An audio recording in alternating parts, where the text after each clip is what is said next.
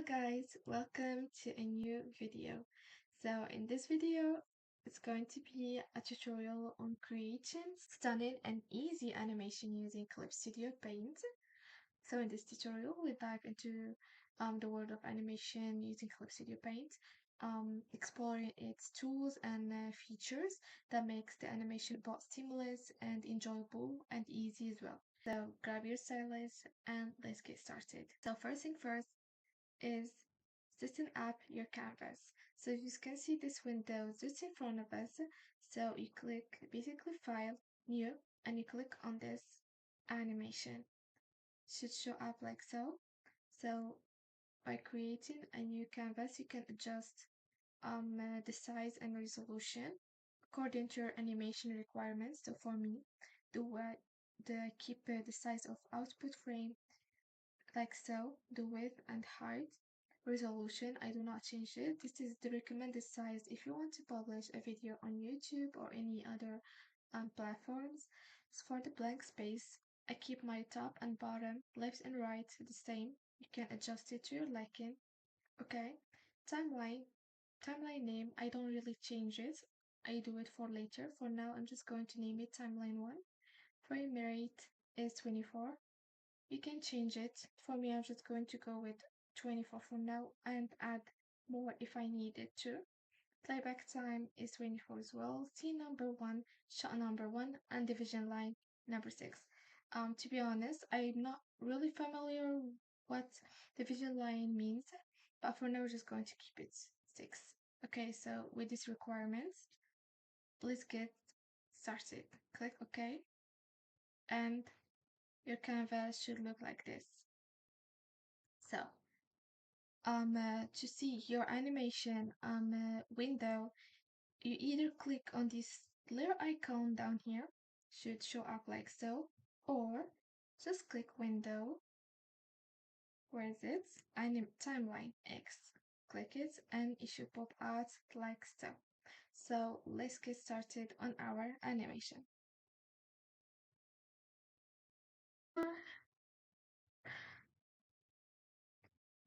So now that our canvas is set up, let's get started. First, this is no different from your normal workspace.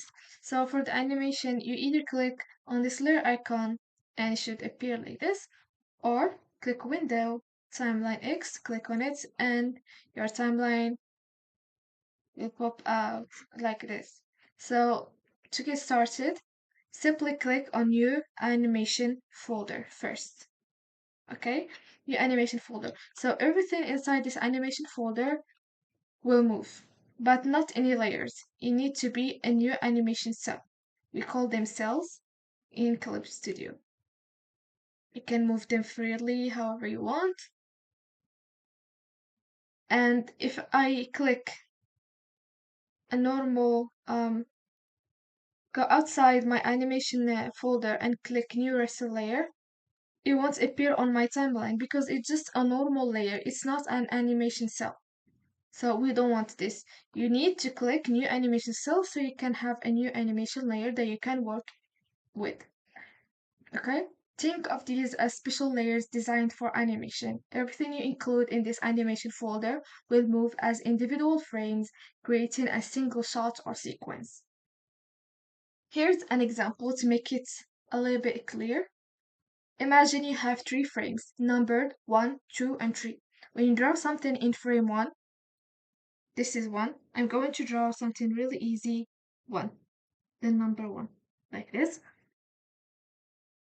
And then create a new frame, which is a new animation cell.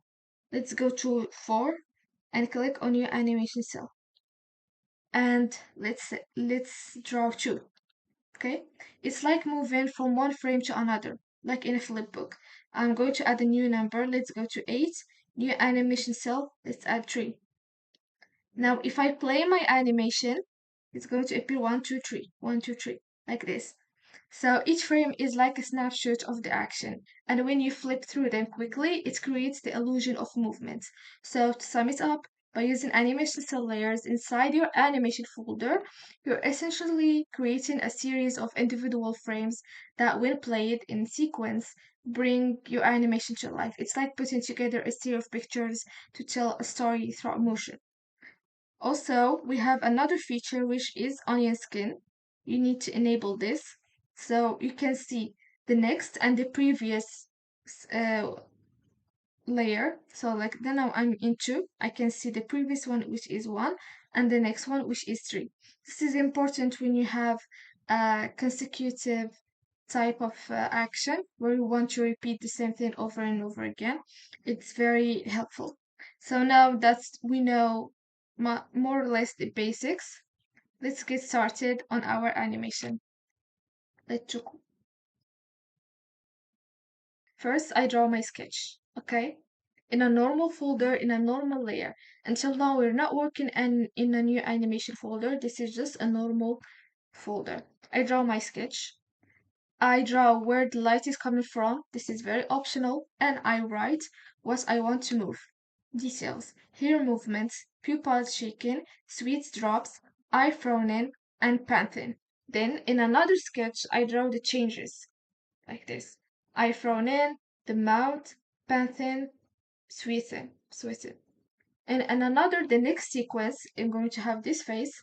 So it's going to move from this to this. So in this scene, the light is coming from below, eyes shaking, smiling, hair falling, and sweating also. So then I draw in another layer, another sketch, how the changes are going to appear.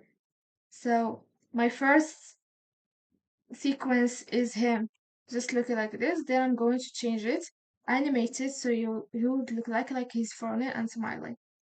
Okay, so let's start. I'm going to start with this new sketch. With this sketch first, I'm sorry. Lower the opacity. Then I'm going to come to my timeline. I'm going to add a new animation folder. So this is the animation folder that I'm going to work with. I'm going to go to frame cell 1, a new animation cell. Okay. Now, before we get started, the type of brush you need to use for animation.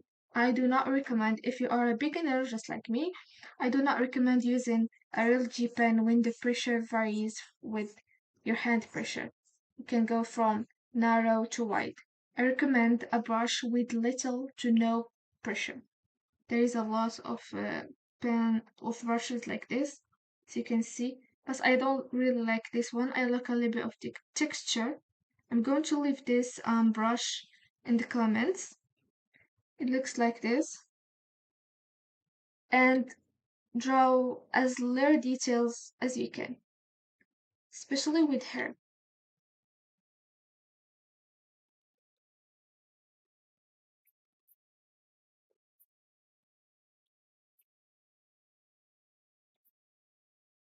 Let's animate the eyebrows together. So this is how they're going to look first. Then by the end, I also cut my animation in 3 or 2 parts. The starting point, the middle point, and the finishing point.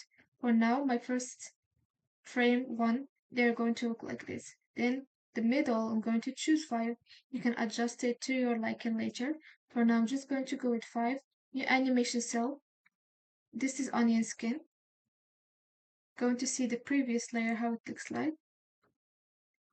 Going to just bigger, make his from more bigger.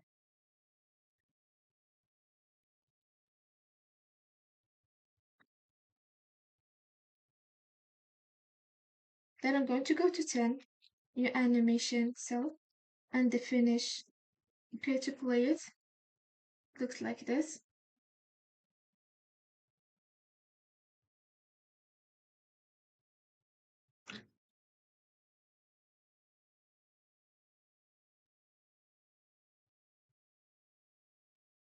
Okay, now the first, middle, and last part are done. Now I'm going to draw in between these layers. So here they are named 1, 2, 3 automatically by Clip Studio. So when you add a new animation layer between 1 and 2, it's going to be named 1A. Means it's between 1 and 2. 1A. If you add another one, it's 1B. Going to go by this order.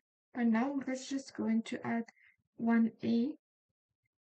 This help you so your animation looks more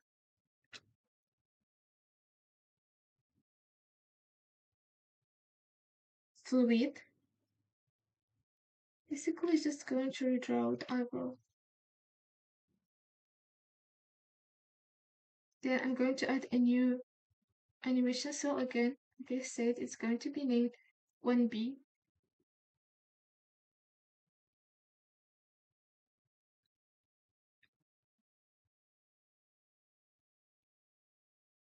Now I'm going to draw it lean more toward 2 than 1. So it's changing more toward 2 than 1. I hope this is not very confusing. Actually, once you get the hang of it, it's pretty easy. You just need a lot of patience.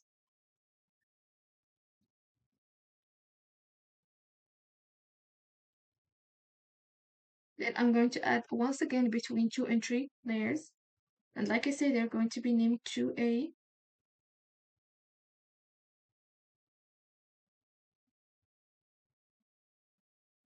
Side note, you can duplicate your layers on Clip Studio. Yes. So how you do this?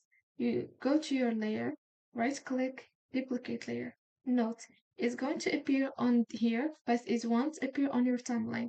So for it to appear on your timeline, so now the duplicated layer name is 2A.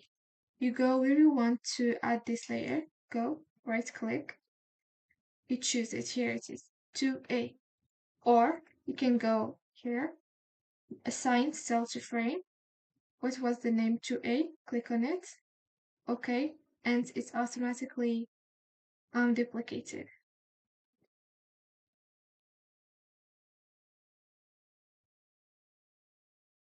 So keyframes signify the start and the end points for actions in animation. So to do this, I wanted to go down a little bit. To do that, I'm going to go to my first layer, click on keyframe, and I'm going to go to object and put it a little bit down. No, not this one.